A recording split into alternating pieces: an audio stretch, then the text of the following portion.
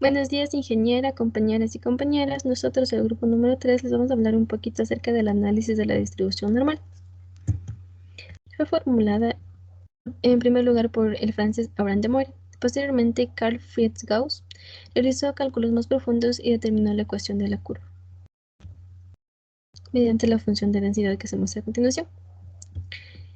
En sí, la distribución normal también se denomina distribución de Gauss o distribución gaussiana en honor a su descubridor.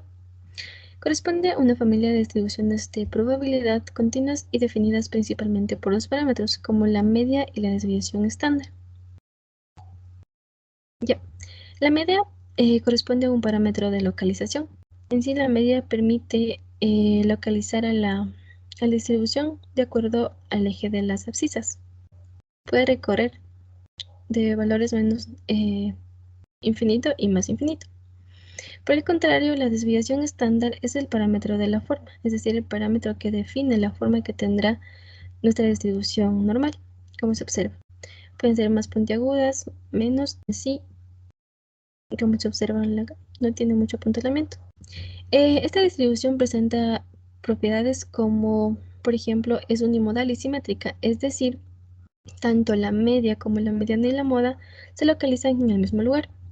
Simétrica porque presenta el mismo porcentaje al lado derecho y al lado izquierdo, solo que al lado derecho pues toma valores positivos y al lado izquierdo valores negativos. Otra característica es que es una curva asintótica al eje de las elipses, es decir, siempre tomará diversos valores de menos infinito a más infinitos, pero nunca va a tocar al eje de las abscisas. El área total bajo la curva es el 100%, o lo que equivale al 1%, es decir, toda esta área equivale al 100%. Como se mencionó anteriormente, la variable aleatoria, en este caso x, es continua y puede tomar diversos valores que van desde menos infinito a más infinito. Tenemos la prueba de métodos analíticos, como la simetría y kurtosis, que son básicamente pruebas que nos ayudan a determinar gráficamente si es que se ajusta a una prueba normal o no. Tenemos la prueba de métodos gráficos, por ejemplo, la campana de Gauss, que es asimétrica y donde la moda, la media y la mediana se encuentran justo en el punto medio. Tenemos el histograma y curva normal, que representa los datos mediante un histograma y superpone la curva de una distribución normal. También tenemos gráficos de cuantiles teóricos, gráfico con Q-plot, donde podemos ver esta imagen, donde la mayoría de los puntos se ajustan justo en medio de la tendencia central. Tenemos aquí la parte normal, también lo que se refiere a sesgado a la izquierda, sesgado a la derecha, colas gruesas y colas delgadas. Tenemos en sí la parte teórica y práctica. La parte teórica nos dice que la distribución normal va de menos infinito a más infinito. La práctica que el 100% de las observaciones, o sea, el 100% de los datos fijados en la variable que estamos utilizando, están comprendidas dentro de la curva de distribución normal. Entonces, para cerciorarnos a qué porcentaje pertenecen, desde este esquema podemos ver que con una media más una o menos distribución normal tenemos de 68,26%, con 2 de 95,44% y de 3 de 99,74%. O sea, como podemos ver aquí en la imagen. Bueno, como toda prueba estadística necesitamos contraste de hipótesis para demostrar si pertenece a una distribución normal o no. Entonces, la hipótesis nula y la hipótesis alternativa, la diferencia es que en la hipótesis nula tenemos que es una igualdad o que los datos provienen de una población distribuida normalmente, o la otra que es lo contrario, no proviene de una distribución normalmente. Entonces tenemos las pruebas de normalidad, la prueba de Anderson-Darling, que compara la función de distribución acumulada empírica de los datos de la muestra con la distribución esperada si los datos fueron normales. La de Shapiro-Wills, donde evaluó normalidad calculando la correlación entre los datos y las puntuaciones normales, es decir, que se encuentra muy cercano al 1, tal vez 0.95, 0.96, muy cercano al 1. Y como el estadístico Ray Jornet tiene un nombre peculiar, aquí se mide la fuerza de esta correlación, que es diferente a la de Shapiro-Wills. Tenemos la prueba de normalidad de Kolmogorov-Smirnov, que compara datos empíricos con la distribución esperada. Si el valor de esta prueba, si el valor de P de esta prueba es menor que el nivel de significancia elegido, se rechaza la hipótesis nula. Entonces, considerando muy importante definir si se pertenece a una distribución normal o no, tenemos la prueba Z, que nos sirve para determinar probabilidades de ocurrencia para distintos valores de la variable. Se calcula a través de una tabla y se fija en la parte gráfica que nos da a dónde corresponde la probabilidad. Tenemos la fórmula estandarizada que podemos ver en este apartado. El valor de interés es X, la medida de la muestra de población de la variable y el valor de sigma es la desviación estándar. Entonces, para calcular necesitamos la tabla. Verá la primera columna y las centésimas en lo que es la fila, la primera fila. Como podemos ver, tenemos valores positivos siempre y cuando sean mayor o igual, o valores negativos menor o igual. Las principales ventajas de esta distribución es que es fácil de determinar si los valores se ajustan a una distribución normal, ya que cuenta con una tabla de probabilidades, con la tabla Z. Asimismo, nos brinda una estimación rápida de los grupos de estudio. Permite además obtener una buena descripción de la tendencia central. Asimismo, diversos fenómenos naturales, sociales y psicológicos siguen una distribución normal, por lo que permite el estudio con gran facilidad. Las ventajas es que no se aplica para variables de tipo discretas, sino solo continuas. Además, para ciertos fenómenos que no se ajustan a la distribución normal, es necesario realizar ciertas transformaciones de datos. Y si por A o B circunstancias siguen sin ajustarse los datos, pues se deben realizar otro tipo de distribución, como la binomial o la distribución de Poisson. Asimismo, el cálculo a mano suele ser tedioso y complicado, ya que involucra diversos cálculos, entre ellos pues integrales. El ejercicio nos menciona que después del cultivo in vitro de cetáceas en un laboratorio, los laboratorios en verano pretenden realizar el cultivo estricto de las plantas. La temperatura a la cual las cetáceas se adaptan con facilidad es superior a los 30 grados centígrados. Se determina que durante el mes de agosto la temperatura está distribuida normalmente con un promedio de 24.5 grados centígrados y una desviación estándar de 5. Nos pregunta, ¿cuál es la probabilidad de que la temperatura en agosto esté por encima de los 30 grados centígrados para llevar a cabo la climatización de las plantas? En primer lugar, lo que hacemos es extraer los datos. Tenemos una medida de 24.5, una desviación estándar de 5 y nuestra variable aleatoria, en este caso la temperatura, es de 30 grados centígrados. Calculamos la probabilidad con la herramienta de Excel de distribución normal, en donde tenemos una variable X que es la temperatura, tenemos nuestra media, nuestra desviación estándar. Y aquí aplicamos la opción de verdadero porque nos da la distribución normal acumulativa. Se obtiene un porcentaje del 86.4%. Este valor o esta probabilidad representa básicamente los valores menores a 30 grados centígrados.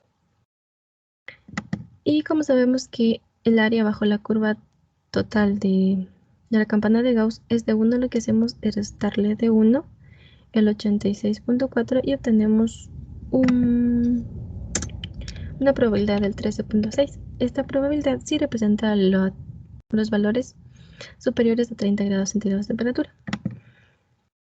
Ya, para representar gráficamente esta probabilidad en la campana de Gauss, lo que hacemos es,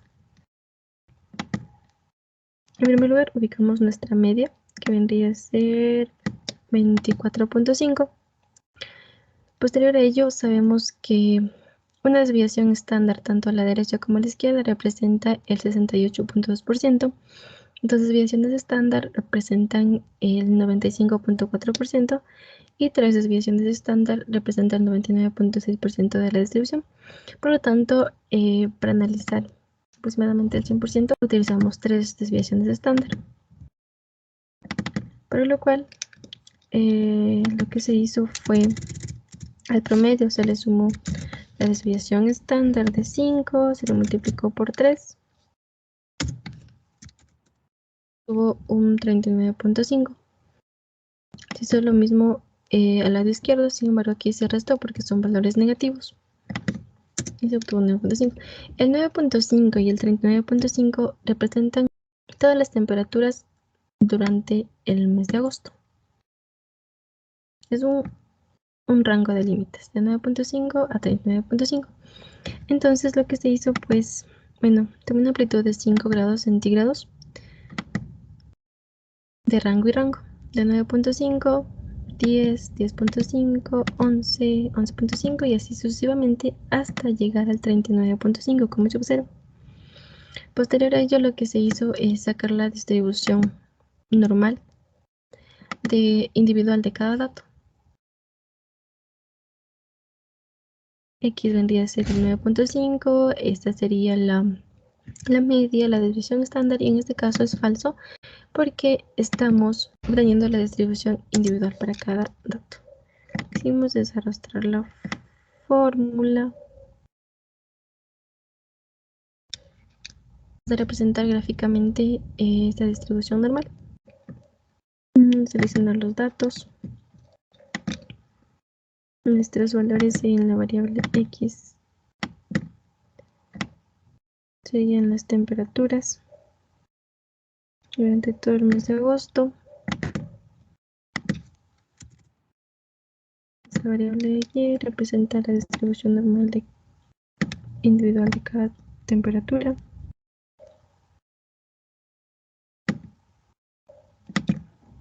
Ya. Como se observa, obtenemos un gráfico típico de distribución normal. Para mejorar un poquito este gráfico, lo que vamos a hacer es dar un poquito de formato al eje Y.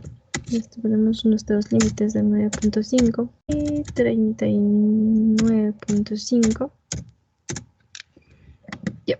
Luego vamos a cambiar el tipo de gráfico. Área. Como se observa, esto en sí representa la distribución normal en su totalidad. Sin embargo, si queremos representar el 13.6%, lo que hacemos es agregar otro gráfico. Para ello copiamos todos los datos de la distribución normal individual para cada dato. De temperatura.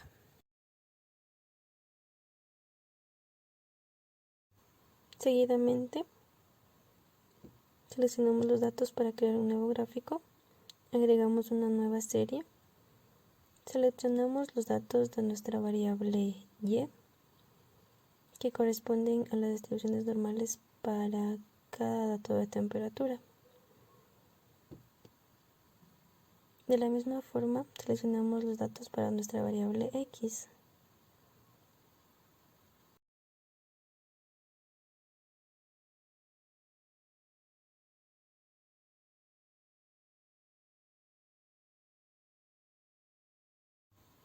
Aquí tenemos los gráficos, no se observa porque está uno encima del otro. Ahora, para representar básicamente solo el 13.6%, lo que hacemos es, como nos piden el valor superior a 30 grados centígrados, borramos todos los datos hasta el 30.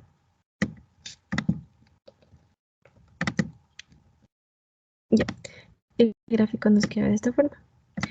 Esto representaría básicamente los valores menores a 30 grados centígrados, que vendría a ser el 86.4, y esta porción de aquí representaría el 13.6.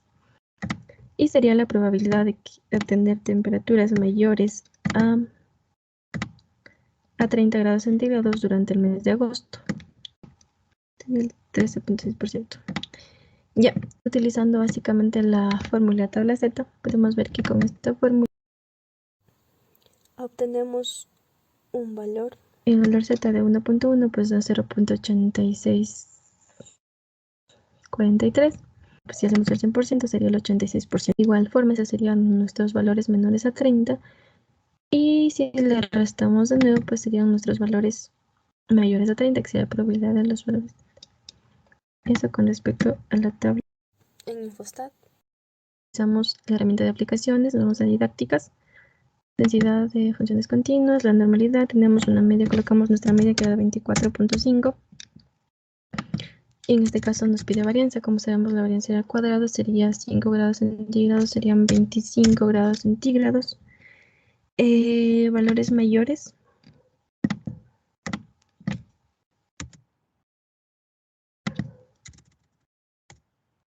a 30 grados centígrados y obtenemos nuestra gráfica. Esta sería nuestra probabilidad de obtener temperaturas mayores a 30 grados centígrados en el mes de agosto. Como se observa aquí,